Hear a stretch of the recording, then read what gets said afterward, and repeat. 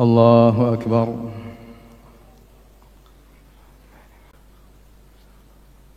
Assalamualaikum warahmatullahi. Assalamualaikum warahmatullahi. Beliau ambil HP-nya setelah itu. Kadang baru habis sholat mestinya zikir, pegang HP. Bukan Allahumma antas salam, bukan istighfar, HP dulu. Ini banyak mengganggu kita. Dan ini banyak buang waktu. Saya jelaskan tentang waktumu dihabiskan untuk apa. Yang terbanyak ini. Dengan HP ini, Anda bisa hitung. SMS sehari berapa? Nerima telepon atau telepon orang berapa? Berapa jam? Anda bisa hitung. Antum baca juga berita berapa jam? Coba kalau antum baca Al-Quran. Antum baca sunnah Nabi yang sahih. Kitabnya para ulama. Sibuk dengan amal saleh. Bukan nggak boleh, boleh. Tapi sekedarnya aja. Yang ada ini banyak waktu terbuang dengan sebab itu. Ini semuanya kena ini. Yang bapaknya, yang ibunya juga, wah, luar biasa ibunya juga di rumah.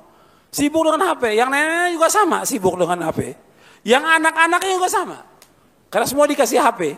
Akhirnya lupa ngaji, lupa baca Quran, lupa ibadah kepada Allah. Ini banyak mengganggu ini. Dan gak sadar kita. Kita lagi digoda oleh syaitan, gak sadar ya. Ini fitnah. Ini fitnah. Ustaz, bagaimana hukumnya berzikir dengan menggunakan tasbih? Yang benar, tasbih adalah alat, bukan ritual. Meskipun sebagian ulama berpendapat tasbih adalah bid'ah, contohnya Al-Albani rahimahullahu taala, tetapi ulama yang lain membolehkan, Syekh Fauzan dan yang lainnya membolehkan. Dan ini pendapat yang lebih kuat bahwasanya boleh karena tasbih tersebut hanyalah sebagai alat, bukan ritual, bukan ritual ya. Seorang boleh menggunakan tangannya untuk bertasbih, seorang boleh menggunakan alat yang 1 2 3 4 5 6, seorang boleh pakai apa? Tasbih ya.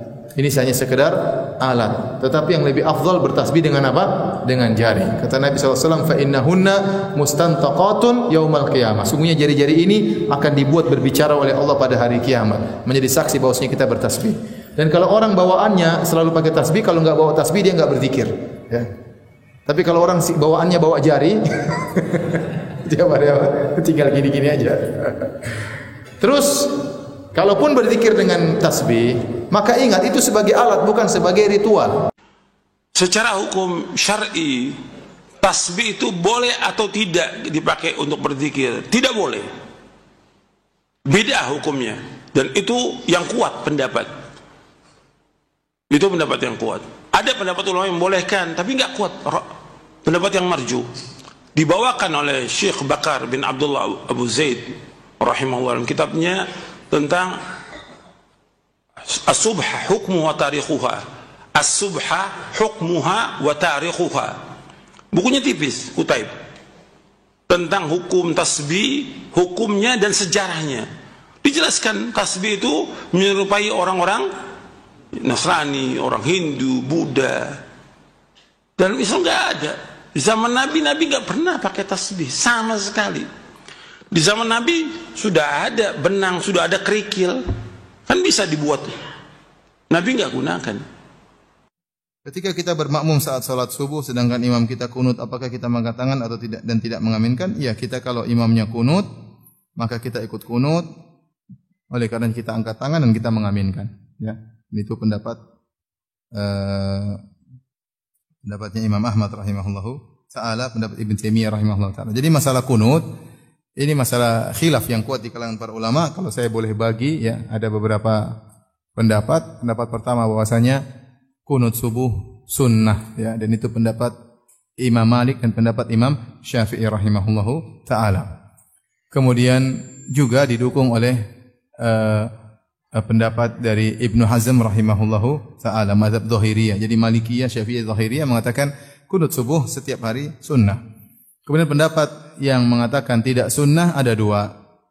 Pendapat yang pertama adalah mazhabnya Imam Abu Hanifah mengatakan bahwasanya kunut subuh adalah bid'ah.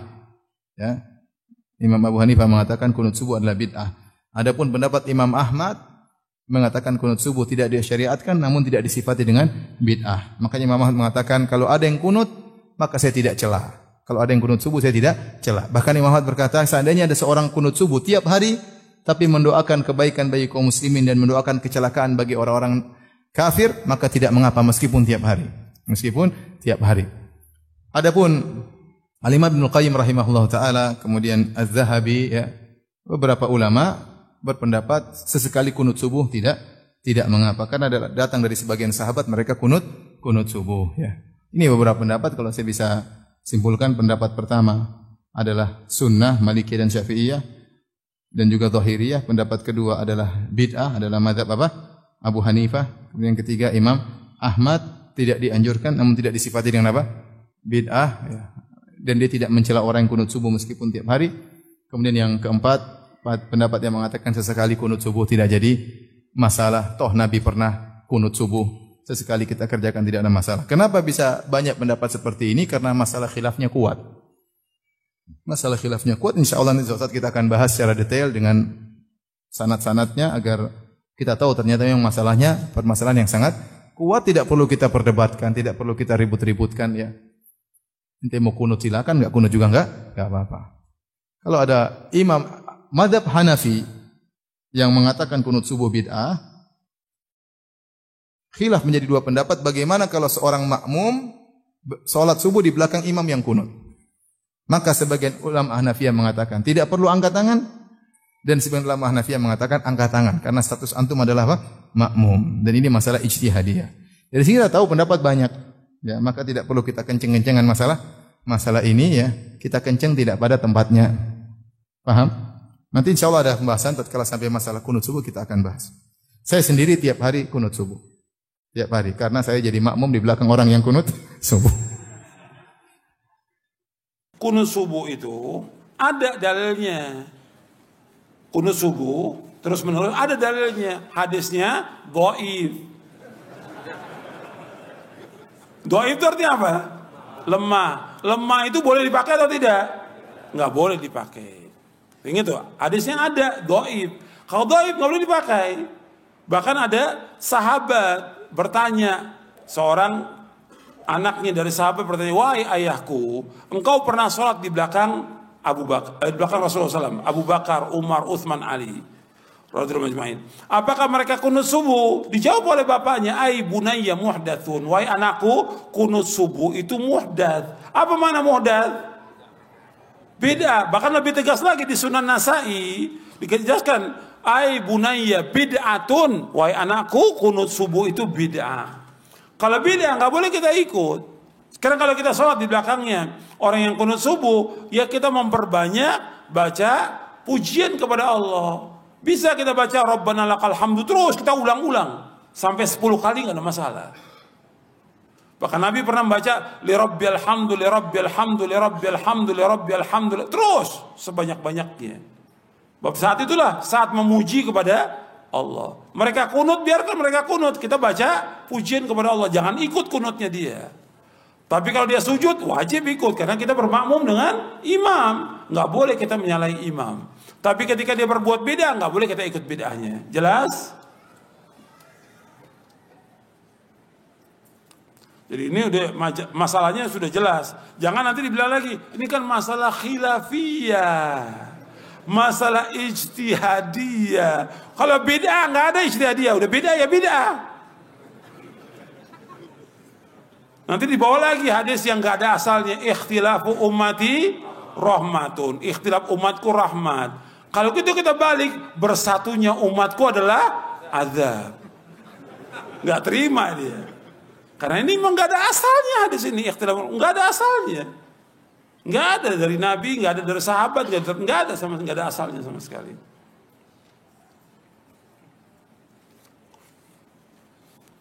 Makanya ketika orang akan menyampaikan masalah ijtihad atau bukan, dia lihat dulu keterangan para ulama, baca hadisnya. Jangan disampaikan kepada umatnya ijtihadiyah, udah jelas itu bid'ah, aku disebut ijtihadiyah. Nanti semua orang bilang, saya melakukan bid'ah ijtihadiyah. Yang buka siapa? Yang buka pertama kali, ya ustadz-ustadz juga ini. Doktor-doktor. Dia bilang ijtihadiyah. Artinya apa? Yang lain ngikut, ini kan ijtihadiyah. Beda ijtihadiyah, semua ijtihadiyah lagi.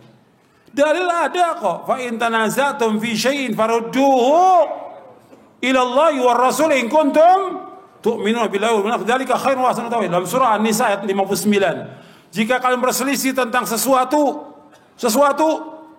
dalam masalah agama, kembalikan kemana? kepada Allah. Kepada Allah kepada mana? Quran. Kemudian kepada sunnah. Kembalikan, lihat. Kalau nggak tahu juga, ya tanya kepada yang lebih berilmu. Fas'alu ahla dzikri in kuntum la ta'lamun. Jadi semua itu harus kembali kepada dalil dan keterangan. Kita belajar agama ini sumbernya dalil Quran dan Sunnah. Jangan kemudian mengikuti orang banyak. Jangan. Kita bermasyarakat tahu masalah khilafiyah, tidak usah kita kenceng-kencengannya. Kalau nanti mau kenceng masalah syirik, oke lah kenceng. Masalah kunut kenceng-kenceng apa ya?